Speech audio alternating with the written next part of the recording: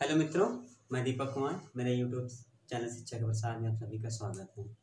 जैसा कि हम लोग पिछले वीडियो में पढ़े थे, एनसीईआरटी क्लास 10th की पहली एक्सरसाइज चैप्टर 1 का पहला एक्सरसाइज हम लोग समाप्त किए थे। आज उसी के आगे हम लोग 1.2 के बारे में चर्चा करेंगे और उसको पूर्ण रूप से विस्तार रूप से हल करते हुए आगे चलेंगे हम लोग। तो आज चलिए हम लोग स्टार्ट करते हैं, शुरू करते हैं। पहला 1.2 का सेकंड है, उसी को हल करते हैं। चलिए देखिए, आप लोग देखिएगा, हम सवाल पढ़ रहे हैं। देखिए लिखा है, निम्नलिखित संख्याओं को अभाज्य गुणनखंड के रूप में व्यक्त कीजिए। अब देखिए अभाज्य गुणनखंड आप समझ रहे हैं, अभाज्य संख्याएं हम बता चुके हैं, थोड़ा सा उस पर फोकस कर लेते हैं। अभाज्य संख्या मतलब ऐसी संख्या जो सिर्फ अपने आप से स्वयं से विभाजित हो, वही संख्या क्या होगी? अभाज्य संख्या। देखिए 2 अपने आप से कटेगी, 3, 5, 7, 11, 13, 17 डॉट डॉट, मतलब ये अभाज्य संख्याएं हैं। इसकी परिभाषा आप जानते हैं, ऐसी संख्या जो स्वयं से कटे और किसी से ना कटे, अभाज्य संख्या है। और इसकी दूसरी परिभाषा हो सकती है, ऐसी संख्या जिनका गुणनखंड 2 अंक हो। गुणनखंड 2 अंक हो, मतलब 2 अंक का मतलब जैसे ये 2 है, इसका गुणनखंड 1 और 1, 2 × 1 मतलब 2 गुणनखंड हो। एक तो वह संख्या स्वयं हो और एक हो, एक डिजिट एक हो, ये क्या होगी? अभाज्य संख्या होगी। देखिए मित्रों, 0 और 0 को हम ना तो अभाज्य लिख सकते ना तो भाज्य। आएगी बात समझ? एक को भी नहीं दिखा सकते, लेकिन हम तो इसको फैक्टराइज करने के लिए एक तो गुणनखंड में लिख सकते हैं। ये है अभाज्य संख्या। अब ये पहला सवाल ही पूछा है कि निम्नलिखित संख्याओं को अभाज्य गुणनखंड के गुणनफल के रूप में व्यक्त करिए। देखिए पहला सवाल,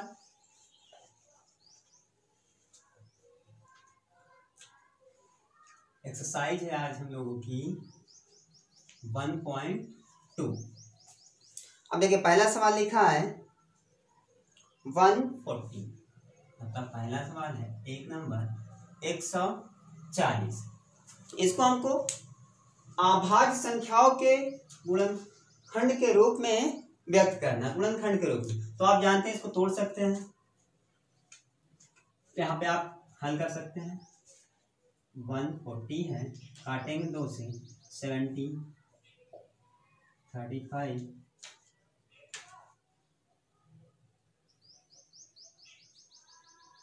5 7 7 1 7। अब देखिए इसको लिख सकते हैं,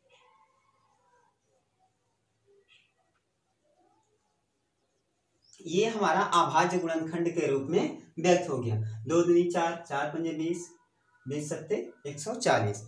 अब जैसे दूसरा सवाल दिया है, इसी में 156। अब इसको तोड़ेंगे तो आप देख लीजिए, इसको तोड़ देते हैं। 156 को तोड़ना है, 2 से काटेंगे, 2 सत्ते 14, 1 2 8 16, 2 से काटिए, 2 3 6 2 9 18, 3 से काटिए, 3 1 3, 3 1 9, 3 1 13। देखिए गुणनखंड के रूप में आया, 2 × 2 × 3 × 3, 2 3 4, 4 3 12, 12 13 गुणनखंड में 56। ओके मित्रों, ये 2 सवाल हमने कर दिया। अब अगला 3 4 5 तक है, आप इसको इसी रूप से गुणनखंड के रूप में हल किया गया। देखिए गुणनखंड ये बने हमारे 140 का 2 2 5 7, यदि गुणनफल गुणित का निशान दिखा दिया, गुणनफल के रूप में व्यक्त हो गया है। अब इसी को हम लोग आगे चलते हैं दूसरा सवाल लेकर।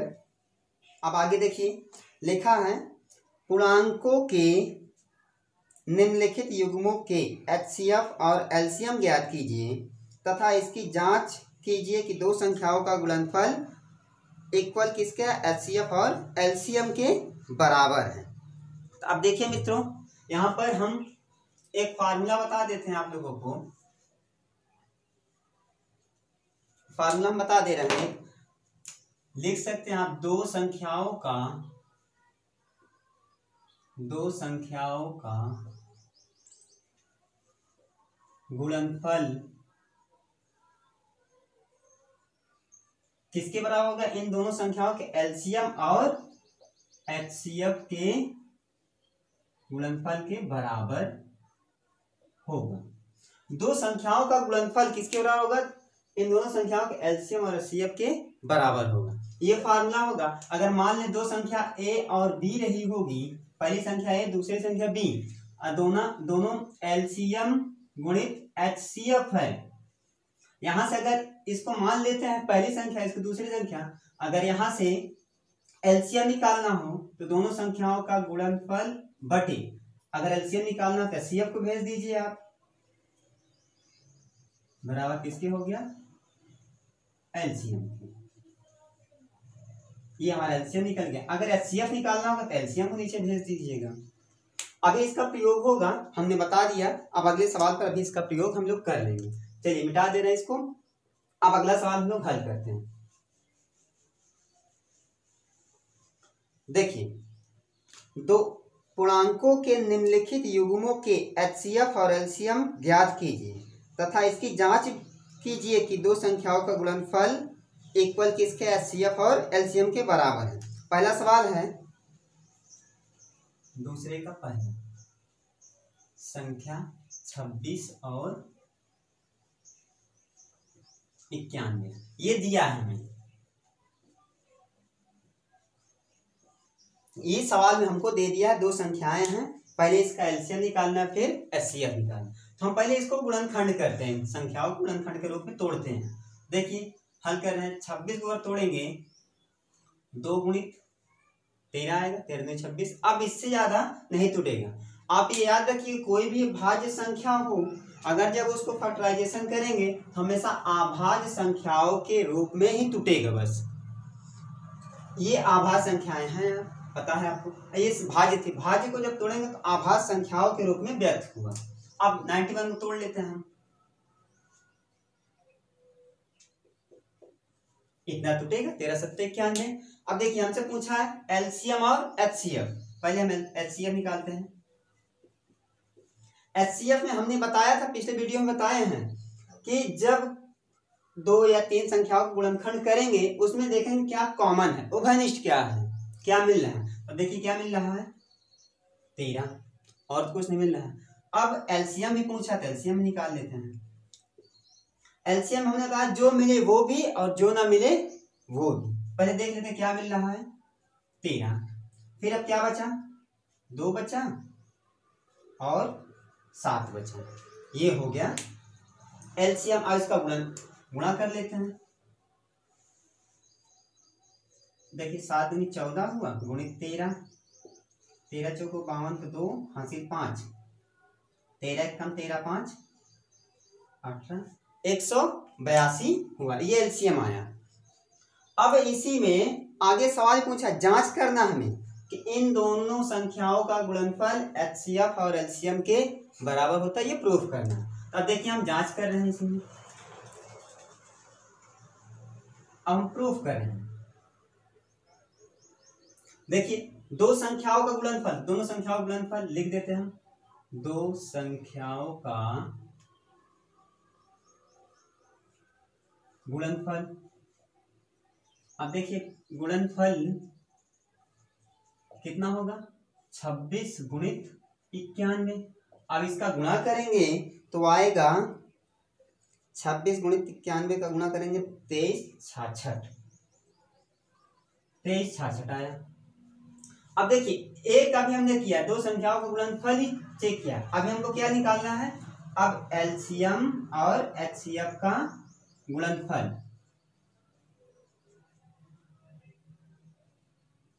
अब देखिए एलसीएम हमारा कितना आया? 182 गुणित ये आया हमारा 13 एचसीएफ।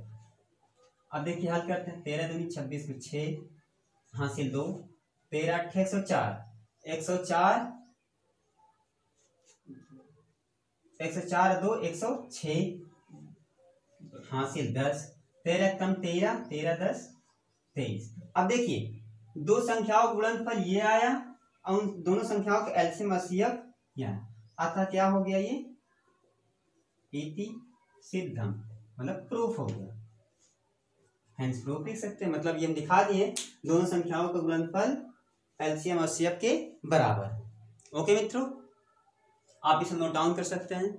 अब हम लोग अगले सवाल पर, इसी का ही सवाल है, हम लिख दे रहे हैं दूसरा सवाल, इसी में आप लोग करेंगे। अब इसी का सेकंड सवाल है, लिखा है 510 और दिया है क्या हमें 510 और 92। अब देखिए दूसरा सवाल, आपको पहले क्या करना है, जैसे हमने 26 तोड़ा था, यहाँ पर आप 510 को तोड़ लीजिएगा, अब 92 को तोड़ लीजिए, एचसीएफ निकाल लीजिए, जो मिले उसको, और जो ना मिले एलसीएम में मिले और जो ना मिले उसको भी हल करके निकाल लीजिएगा। अब दोनों संख्याओं का गुणनफल, हमारा संख्या क्या है, ये और ये, अब इसका गुणनफल दोनों एलसीएम और एचसीएफ के बराबर आ जाए, यही हमें हल भी करना, आप कर सकते हैं। तीसरा भी इसी तरीके है। ओके मित्रों, अब हम लोग चलते हैं आगे क्वेश्चन नंबर 3 की ओर। अभी 2 था, 2 का फर्स्ट सेकंड थर्ड आप कर लीजिएगा, फर्स्ट हमने कर दिया, सेकंड बता दिए, थर्ड आपका काम है, आप करिएगा, प्रैक्टिस करेंगे तो आपको आएगा। अब आगे हम लोग चलते हैं तीसरे नंबर सवाल पर, इसे मिटा देते हैं हम। अब देखिए मित्रों, आगे हम लोग तीसरे सवाल की ओर चलते हैं। तीसरा सवाल हम पढ़ देते हैं, आप लोग सुनिएगा। लिखा है अभाज्य गुणनखंड विधि द्वारा, यहाँ पे बोला गया अभाज्य गुणनखंड विधि द्वारा निम्नलिखित पूर्णांकों के एचसीएफ और एलसीएम ज्ञात करना है। पहला सवाल है, दिया हमें क्या, देखिए 12, 15 और 21, ये हमें 3 संख्या दी। अभी हम लोग 2 संख्या कर रहे थे, 3 संख्या। तब देखिए उसी तरीके एलसीएम एचसीएफ निकालना है, पहले इसको तोड़ लेते हैं, 2 दूनी 4, 3 12, 15 तोड़ेंगे, 3 5 15, 21 को तोड़ेंगे, 3 7 21। अब देखिए हमने बोला है, इसमें सवाल बोला है कि एचसीएफ और एलसीएम, पहले एचसीएफ निकालते हैं। एचसीएफ में बोला है क्या होता है, जो सिर्फ मिले, देखिए इसमें 3 है, इसमें 3 है, इसमें 3, मतलब सभी संख्याओं में वो संख्या मिलनी चाहिए, कॉमन होनी चाहिए, तभी मिलेगा। ये नहीं कि 2 मिल गया, 1 नहीं मिला तो हो गया, ऐसा नहीं, तीनों मिलना चाहिए। देखिए 3 3 3 3 मिल गया। अब देखिए 2 है इसमें, इसमें नहीं है, इसमें नहीं है, कट गया। 5 इसमें है ना, इसमें कट गया, सिर्फ क्या है एचसीएफ 3। एलसीएम निकालना है, एलसीएम में देखते हैं पहले क्या मिला, सिर्फ 3 मिला। अब देखिए आगे क्या मिलेगा, अब तो कुछ मिलेगा नहीं। देखिए 2 बार 2 है, तो इसको हम लिख सकते हैं 2 की पावर 2। 3 हो चुका है, 5 बचा है और 7 बचा है, बस इतना ही है। इसको आप लोग पहले छोटी कक्षा में और भी पढ़ चुके होंगे, ऐसे भी कर सकते हैं। 12 15 21 एलसीएम के लिए आप लोगों को याद होगा, 2 से काटेंगे, 2 छंग 12, ये नहीं कटेगा, ये भी नहीं कटेगा। 2 से काटेंगे, 2 3 6, ये नहीं कटा, ये कट गया, नहीं कटा। 3 से काटेंगे, 3 1 कम 3, 3 5 15, 3 7 21। 5 से काट दिया, अब 7 से काट दिया, देखिए वही आया, 2 बार 2 आया, तो यहाँ हमने 2 बार 2 लिख दिया। 1 बार 3 आया तो 1 बार 3, 1 बार 5, 1 बार 7, ये हो गया एलसीएम था और एचसीएफ, ये हमारे दोनों आंसर हैं। एक ही, इसको और भी कर सकते हैं, देखिए गुणा कर लेते हैं। 2 दूनी 4, 4 3 12, 12 पंजे 60, 60 का गुणा 7 में करेंगे, 7 छंग 42, मतलब ये और छोटा आंसर है। ओके मित्रों, अब देखिए अगला सवाल इसी पे है, 17 23 29 का गुणनखंड करना है। तो अब देखिए हम इसको कर देते हैं, क्योंकि ये संख्याएं थोड़ी सी ना कटने वाली है, अगर नहीं कटे समझ लीजिए क्या होगी, अभाज्य होगी। लिखा है 17 23 29। देखिए दूसरा सवाल, 17 23 और 29। अब देखिए 17 एक अभाज्य संख्या है, किसी से नहीं कटेगी, तो इसको सिर्फ तोड़ सकते हैं हम, क्या 1 × 17।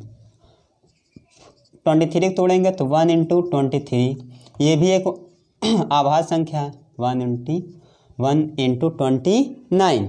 अब देखिए HCF हमें निकालना है। HCF में क्या कॉमन है, सिर्फ 1 है, 1 आ गया। LCM निकालना है। अब देखिए 1 को आप लिख सकते हैं या नहीं लिख सकते हैं LCM में, क्योंकि गुणा करेंगे वही आएगा। बचा कितना, 17, 23, 29। अब इसका गुणा कर लीजिएगा, आंसर हो जाएगा। इसका गुणा करने पर आया है 11, 33, 9, आंसर हो गया। अब देखिए तीसरा इसी के तरीके है। ओके मित्रों, अब हम लोग आप लोग नोट डाउन कर लीजिए। अब हम लोग 4 नंबर सवाल की ओर आगे बढ़ते हैं। मिटा दे रहे हैं इसको।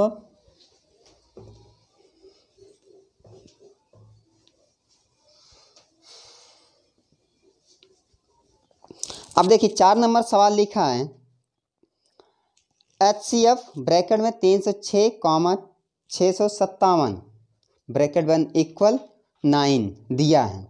LCM 306, 657 को ज्ञात कीजिए। अब देखिए दिया है क्या हमें,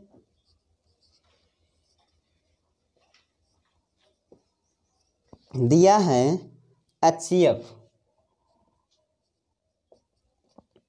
HCF कितना दिया है दोनों को, 306, 657 इक्वल कितने के बराबर है, 9 के बराबर है। 657 बराबर कितने हैं, 9 का। अब आगे दिया है, वो पूछा है LCM निकालना है कितने का, इसी संख्याओं का।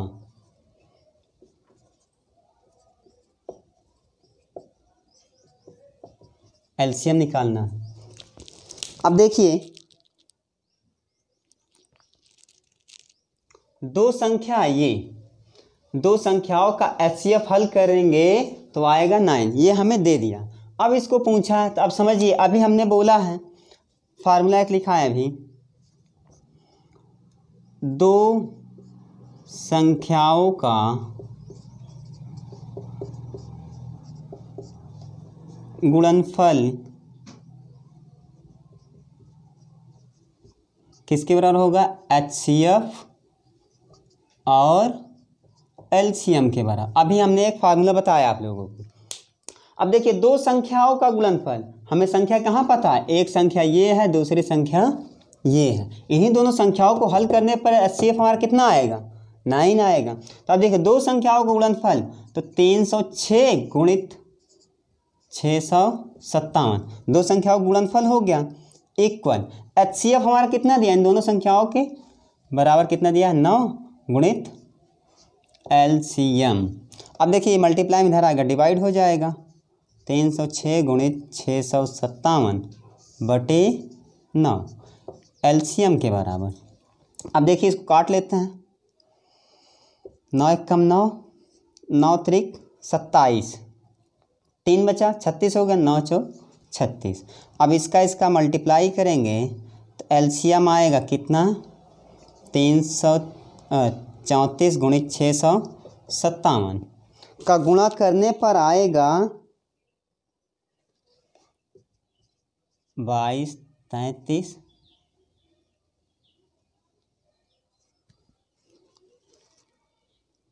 8। ये इतना LCM आया, यही पूछा था। या तो आप दूसरा अगर नियम लगाना चाहें तो आप देखिए इन दोनों को हल करें, कैसे, 306 को हल करेंगे, जो फैक्टर बनेगा, और 657 को फैक्टर बनाएंगे, जो मिलेगा वो भी और जो नहीं मिलेगा वो भी हल करेंगे, तो आंसर इतना ही आएगा।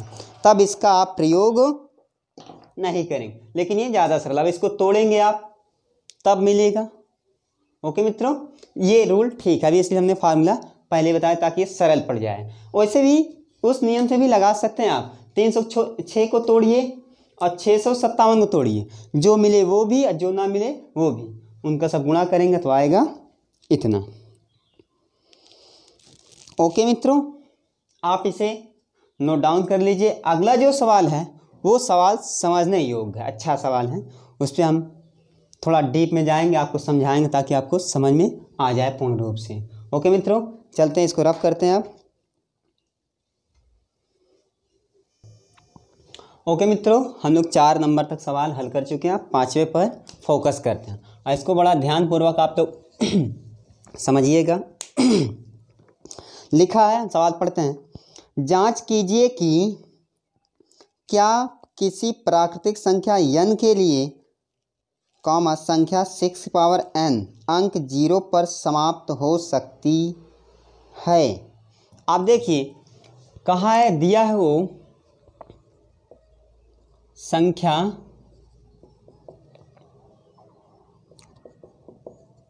संख्या 6 पावर n का कोई भी मान लेने पर जब उसका गुणनखंड करेंगे, जो आएगा क्या, उसके इकाई के अंक पर 0 प्राप्त होता है या नहीं, हमें यही प्रूफ करना है। मतलब ये सवाल दिया 6 पावर n पर, इसे प्राप्त करना है। n का कोई भी मान ले लेते हैं तो क्या जो उसका मान लेने पर गुणनखंड करेंगे तो क्या इकाई का अंक, इसमें इकाई का अंक कहाँ नहीं, हम कह रहे हैं कि लास्ट में उसमें क्या आएगा, 0 आएगा या नहीं, हमें ये प्रूफ करना, हमें पता करना है कि n का कोई भी मान लेने पर गुणनफल के बाद क्या वह संख्या के इकाई के अंक पर 0 प्राप्त होगा या नहीं। तो अब देखिए, आप थोड़ा पहले इसको हल करने से पहले कुछ बाहरी चीज़ बता देते हैं। आप ये सोचिए, किसी भी संख्या के इकाई का अंक 0 लाने के लिए किस संख्या की आवश्यकता होगी, सिर्फ 2 और 5 के गुणनफल पर ही 0 अंक प्राप्त होगा, अन्यथा किसी भी संख्या का गुणा करने पर 0 कभी नहीं प्राप्त होगा। मतलब क्या होना चाहिए, 2 होना चाहिए और 5, ये दोनों संख्याएं अनिवार्य हैं। मतलब 2 गुणित 5 हल करेंगे तब तो 10 आएगा। अगर कोई संख्या एक इसमें से है, एक दूसरा नहीं है, तो क्या आएगा, नहीं आए, ये इकाई का अंक 0 नहीं है। तो आप याद रखिएगा, ऐसी संख्या लेना है ये प्रूफ हो सके 0 आता है या नहीं, नहीं आता है तो भी बताना है, आता है तो भी बताना है। अब देखिए हल करते हैं हम लोग। 6 इसको तोड़ सकते हैं 2 गुणित 3, ये कैसा फैक्टर है, अभाज्य गुणनखंड है, अभाज्य गुणनखंड, ये अभाज्य संख्याएं हैं। अब देखिए 6 पावर n अगर हो जाए तो क्या होगा, 2 × 3 के पावर n, तो इसको क्या लिख सकते हो, 2 के पावर n और 3 के पावर n, इसको हम ये रूप लिख सकते हैं। अब देखिए, अर्थात अगर इसमें देखा जाए 6 के पावर n में गुणनखंड करने पर 2 के पावर 3, 3 के पावर n, 2 के पावर n, 3 के पावर n प्राप्त होते हैं। इसमें 5 के पावर n नहीं है, अर्थात मतलब 5 के पावर n दिया था इसलिए हम n दिखा रहे हैं। 5 नहीं होने के कारण क्या इस संख्या में 0 मिलेगा, नहीं मिलेगा, अर्थात 2 के पावर n और 3 के पावर n में 5 के पावर n नहीं होने से संख्या के अंत में 0 नहीं प्राप्त होगा। हमने इसको बहुत छोटा कर दिया है। अब देखिए एक बार फिर से समझा दे रहे हैं, आप समझ लीजिए। संख्या ये दिया था, इसको हमने तोड़ा तो ये मिल गया, अभाज्य गुणनखंड के रूप में मिल गए। अब इसी को तोड़ लीजिए, इतना बन गया।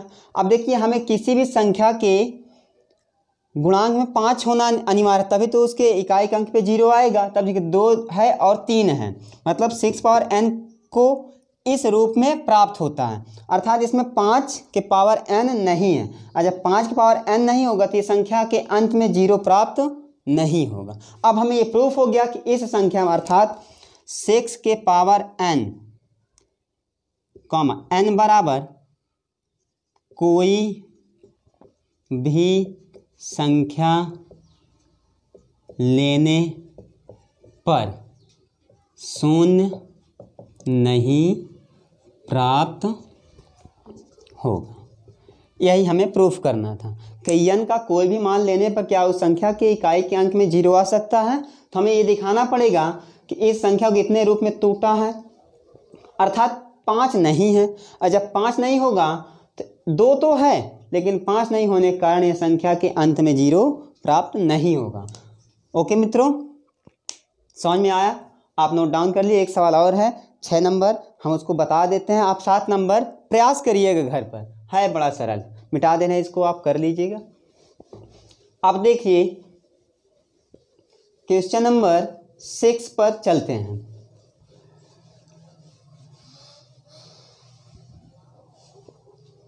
अब देखिए क्वेश्चन नंबर 6 लिखा है, व्याख्या कीजिए कि 7 गुणित 11 गुणित 13 प्लस 13 और 7 गुणित 6 गुणित 5 गुणित 4 गुणित 3 गुणित 2 गुणित 1 प्लस 5 भाज्य संख्याएं क्यों हैं। हम एक इसमें बता दे रहे हैं, आप इसका दूसरा पार्ट करिएगा।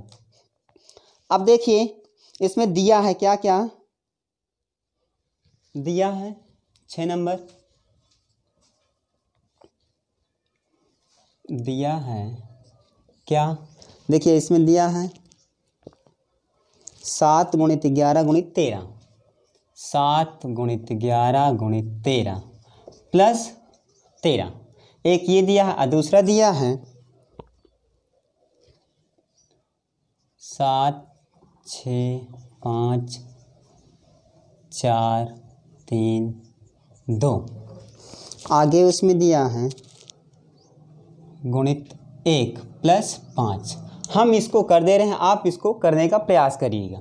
अब देखिए इसमें ये संख्याएं 3 संख्याओं के गुणनफल के रूप में है, ये प्लस करके दिया है। तो अर्थात अगर देखा जाए तो एक पद ये बन रहा है, एक पद ये बन रहा है। तो दोनों में देखिए 13 कॉमन ले सकते हैं आप। जैसे 13 कॉमन लेंगे तो यहाँ पे 7 बचेगा, 11 गुणित 1 निकल गया यहाँ से, लेकिन यहाँ पर भी तो 1 बचेगा। अब देखिए 13 इसका मल्टीप्लाई करेंगे तो 77, 1 बच गया, 77 1 78 होगा, 78 बन गया।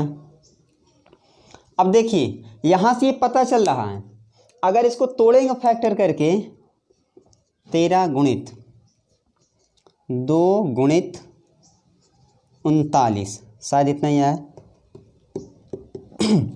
अब देखिए ये हमारा क्या बन गया, फैक्टर बन गया। तो अब देखिए ये संख्या क्या है, कुल 3 आभाज्य संख्याएं प्राप्त हुई, आभाज्य संख्याएं प्राप्त हुई। इस संख्या के कारण क्या हो गया होगा, एक भाज्य संख्या है। मतलब ये 78 जो है इसी को हमने तोड़ दिया इतना। तो अगर देखा जाए तो कुल कितने फैक्टर बन गए, इसमें 3 गुणनखंड के रूप में बन गए हैं। और यह संख्या क्या होगी, संख्या भाज्य होगी, क्योंकि 78 है, उसमें 78 है, 78 एक भाज्य संख्या है। भले अभाज्य गुणनखंड के रूप में प्राप्त हुआ है, लेकिन संख्या एक 78 है। इसका फैक्टराइजेशन करने पर हमें अभाज्य गुणनखंड पद मिले हैं। ओके मित्रों, अब इसको इसी तरीके आप कर सकते हैं, क्योंकि इसमें भी यहाँ से यहाँ तक में और इसमें 2 संख्याओं में सिर्फ 5 कॉमन मिल रहे। जब 5 निकालेंगे तो ये बचेगा, काट कर गुणा करके आप जोड़ लीजिए, पता चल जाएगा संख्या क्यों भाज्य है। ओके मित्रों, इसको हम रफ करते। एक सवाल और है अभी, आप उस पर भी थोड़ा सा चर्चा करते हैं, हम लोग चलते हैं आगे।